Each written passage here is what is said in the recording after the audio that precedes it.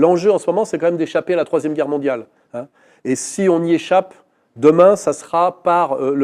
la dimension raisonnable d'un Poutine, d'un Xi Jinping, peut-être, sans doute, j'espère, d'un Modi. Et donc, ça sera soit la victoire des BRICS, qu'on peut déjà appeler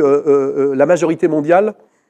cette victoire face à ce qu'on doit appeler, non pas l'Occident collectif, mais l'Occident dégénéré. Parce qu'en plus des questions économiques, des questions bellicistes, il y a aussi des questions civilisationnelles, notamment avec, on voit bien avec la poussée LGBT, derrière laquelle d'ailleurs se trouve Soros, c'est-à-dire cet empire qui domine par la gauche et par le sociétal et l'idéologie, pendant que les néocons dominent par le militaire et la violence. On voit bien qu'il y a une espèce de mâchoire par la gauche et par la droite. Et il faudra bien à un moment donné, effectivement, que cet empire qu'on appelle l'Occident dégénéré soit remis à sa place pour que triomphe à nouveau, je dirais, le bon sens anthropologique,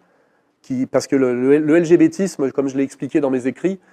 qui pousse en fait les enfants à se stériliser en doutant de leur sexe naturel, est une idéologie de mort, puisqu'en fait il n'y a pas de changement de sexe possible. Il y a simplement qu'un homme qui devient une femme devient stérile, et une femme qui devient un homme devient stérile, et donc ça conduit à la disparition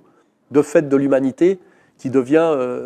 nie la réalité fondamentale et anthropologique du couple, et sans ce couple, il n'y a plus d'enfants, donc il n'y a plus d'humanité à terme. Donc on est bien face à